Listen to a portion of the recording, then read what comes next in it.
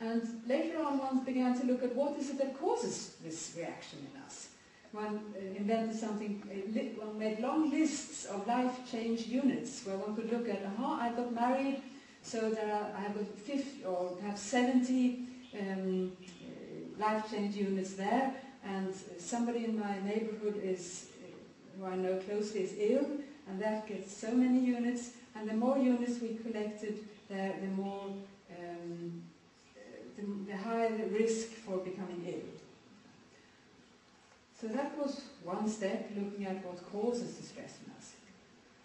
And a little later, somebody called Antonovsky, who wrote a book, The Mystery of Health, he defines stress as having too much or too little or lack of control, and that we can all recognize. If we have too much to do or nothing to do, no inspiration at all, that's also stressful.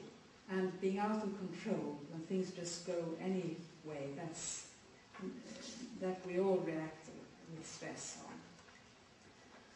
And a little later, stress was described as an interactive process between the individual and its environment. And think of that, it's rather similar to Martinus' description of what life is. From the materialistic point of view, they would say that at its best, it was a learning process. But we know, by the help of Martinus, that even when it doesn't look as a very successful process, we learn.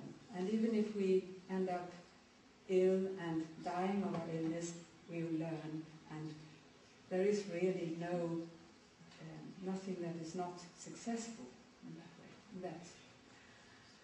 And now, lately, there's been lots of research there's been some research on what to do about stress.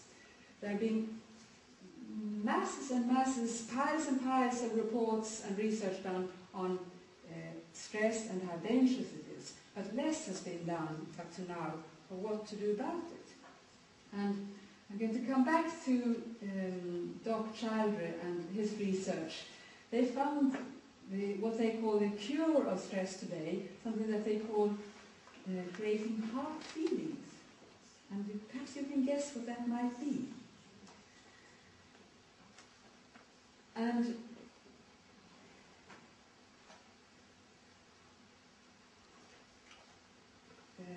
the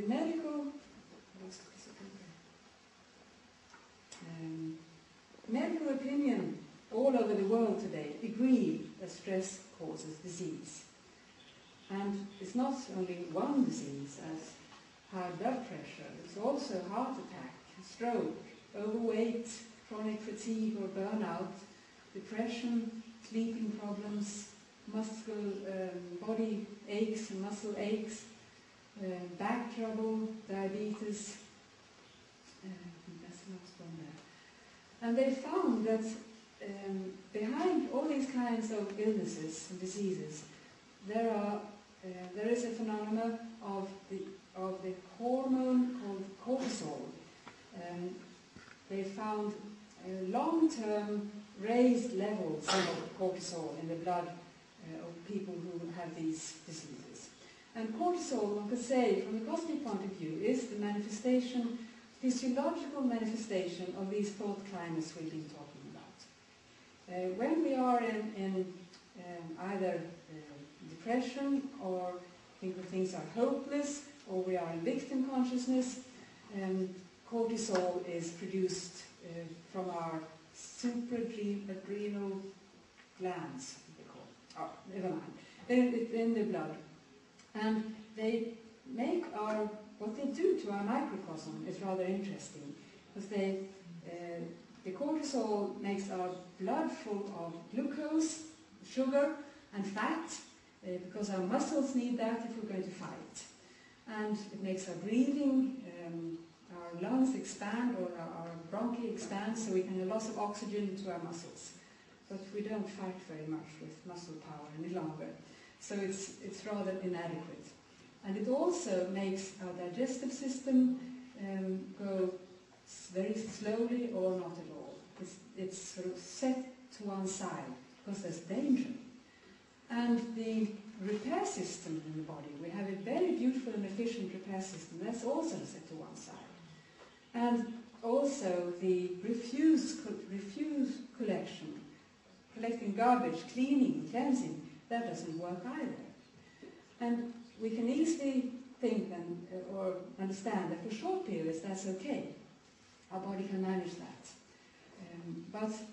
And our body has a fantastic power of regenerating and recuperating itself. But when this stress goes on for longer periods, what this one can call the cortisol as the tyrants on the cell level, because it forces our cells to work harder and harder and to keep on and on, even though they have passed their limits of what they can manage. They have to work and work and work and work. And that can be caused by our pushing, our putting pressure on ourselves, by our willpower, just thinking that, oh, I must press on, I must get this finished, the cortisol level goes up. So it's very sensitive. It is totally governed by our thoughts and feelings. And from knowing what it does to our bodies, it's not strange that we become ill eventually and have all these diseases. Martinus says that if we destroy the normal life conditions for the microbeings in our organism and thereby our own health, what we are doing is guiding our whole organism towards destruction. In order to be healthy and to feel well, it is a life condition for the macrobeing that it creates this health and well-being for the microbeings in its own organism.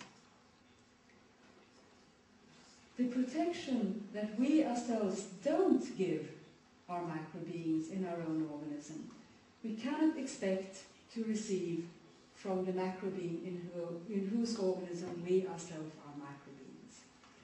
And if we think of the situation with the cortisol, when we are in a work situation where we can't understand why there's so much work coming on to us all the time. Why do I find myself in situations where there's just more work and more demand on me? And I find it very difficult to get out of this situation. It's tricky to say no. Other people will suffer and have more work if I step out. And it can be really very, very difficult.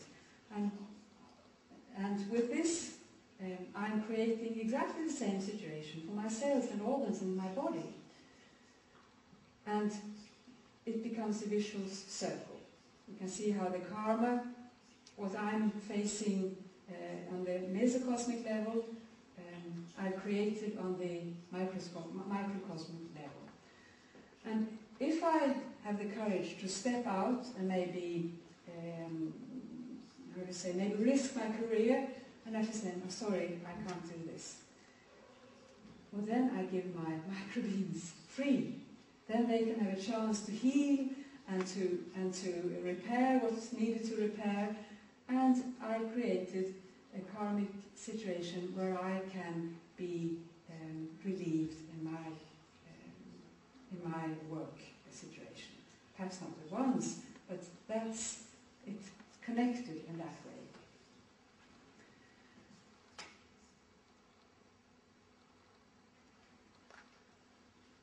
And about this pain, I mean, it can seem very, from the materialistic point of view, in stress and the results of stress and all these diseases seems as it's a plague spreading more and more in society, and it's a great misfortune and failure.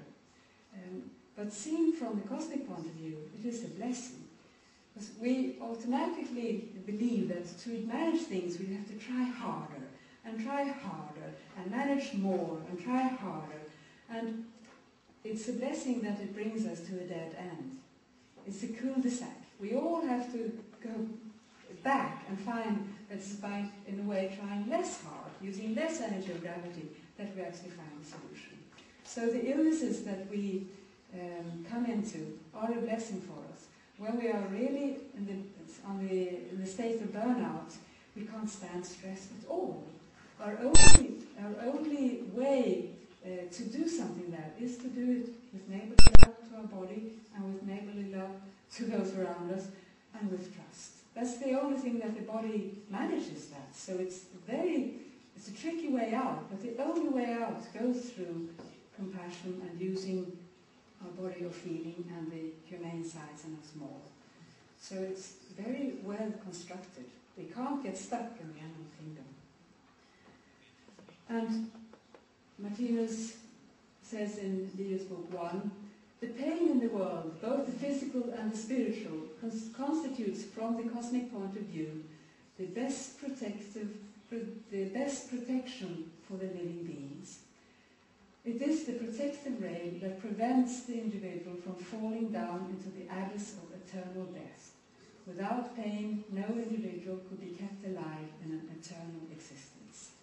Pain shows the way to God, truth, and life. And here we see that the protective rail is there in two perspectives. One, that it protects us from getting stuck in the animal kingdom. It shows us the way out of the animal kingdom. And in the greater perspective, we need pain in order to experience life.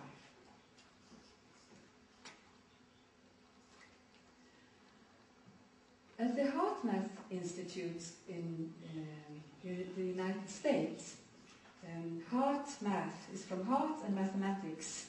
They've done some very interesting research that I'd like to show you. It's closely connected to this. Heart rate variability means that these two graphs here show heart rate variability. Means they show that the heart, when this goes up, our heart beats faster, and when it goes down, the heart beats slower. Very simple. And the top graph here shows a person who's thinking of the job he doesn't like.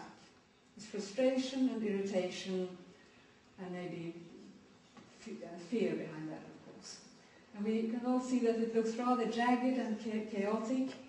And they found out that at this institute that the information from the heart rate variability, or the state that the heart is in, is all the time delivered to our brain, and the brain takes orders from the heart rather than the opposite. Earlier one has thought it's the brain that is in command, but actually one is finding is more that our heart is in command. Isn't that rather interesting? And the brain gets the message there's a chaos and danger, so we react with it opens the part of our brain that we have in common with reptiles, and we become very good at defending ourselves and using our animal parts when we are in this stage. They've actually found that in this research. When the same person is asked to think of somebody he appreciates, within seconds, not always seconds, but within a very short period of time, the heart rate variability looks like this. And you don't need to be a scientist to see that it's more harmonious. And actually it's like chaos or noise changing into music or dance.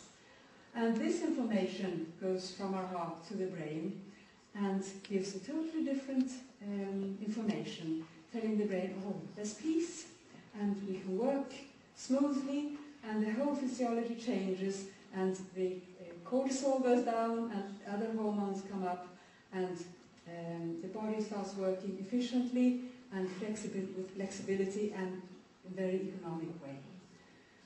And they call this state a coherence, because I'm not going to go deeper into now because it's becoming late. But it's very interesting, and they found that the thought or feeling that gives the most stable coherence, stable, beautiful curve, is gratitude and trust. So our bodies are made for this. They wish that we are here more and more for every day that comes. Forgiveness, tolerance, compassion, and this is from their textbook. I'll just show you quickly here. Stress, emotion, and physiological activation. We have high energy, high pulse up there, low energy and low pulse here. Negative emotions, recognize them, positive emotions here. And we put these together, we find frustration, anger, hostility, combination of negative emotion and high energy. Hopelessness, despair, and all that, low energy and negative emotion. And positive emotion and high energy, exhilaration, love, kindness, care, appreciation, and here, low energy, compassion, tolerance, acceptance, serenity, and so on. Wherever we are here, it's cortisol that is in our blood, creates this inner war and inner stress. And as soon as we go over on this side, very soon, there's another hormone produced that is called DHEA, which stimulates regeneration and helps the body to work with flexibility and where upbuilding processes and destructive processes are in balance. And it's even called the hormone of rejuvenation, because people can, when they start being in this area, these areas more, you can measure physiological, they become physiologically younger. And you see there's some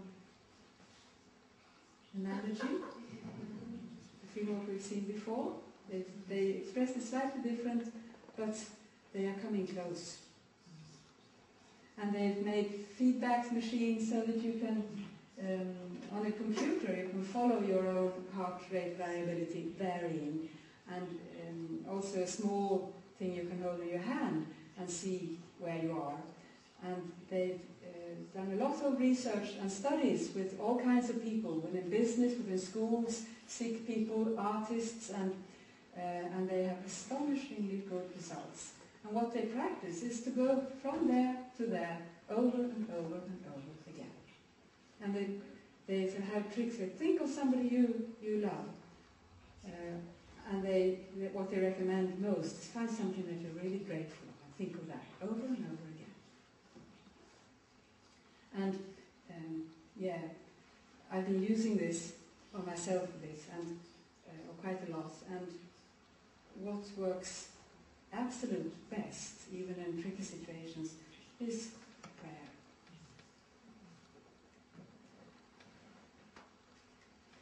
I'm not going to hold you very much longer. The absolute best description of stress and the absolute best tools one can find for a stress aid is spiritual science. So you've all got the tools, and you're all far and away studying cosmology and studying one's own thoughts, looking at what was behind this, because they go very quickly, and one has to stop and reflect and sort of, what am I, why am I afraid now, or why am I feeling pushed now, and try to analyze and find out what's going on there. Prayer and prayer and prayer and prayer. And prayer combined with, well, prayer is a kind of stopping. There are all kinds of stopping techniques in society today. You can find it in different kinds of meditation, what they call mindfulness, this being now, dropping your worry, Alexander technique, yoga, depending a little bit how you practice it. But methods of practicing quietening down, activating the energy of feeling. And when you do that, we think differently, and it becomes easier to know what to pray for. And sometimes we're just desperate and we just ask for any kind of help. As far as I understood, Martinus says that We can always pray to raise our level of consciousness, to become more humane. So we can always pray for inner balance. That is in accordance with the science of prayer. So, practicing transforming distrust into prayer and trust over and over again. And we are building these talents. We should not give up just because they don't give result immediately, perhaps. Looking after our microbeings, you all know about that. Good food, exercise and sleep, that does a lot of difference. Finding areas of inspiration. Life force is our thoughts, so finding inspiring thoughts. And practice life as a continuous dialogue with the Godhead. And when we don't understand what life or the Godhead is saying us, we can always pray for clarity. I sometimes say, now you have to be really, really clear. Please, if it's possible, be clear so that I can understand. Or give me some experiences so I can understand better what you're trying to tell me that I don't understand at the moment. And patience. We are okay as we are. And we'll all get there.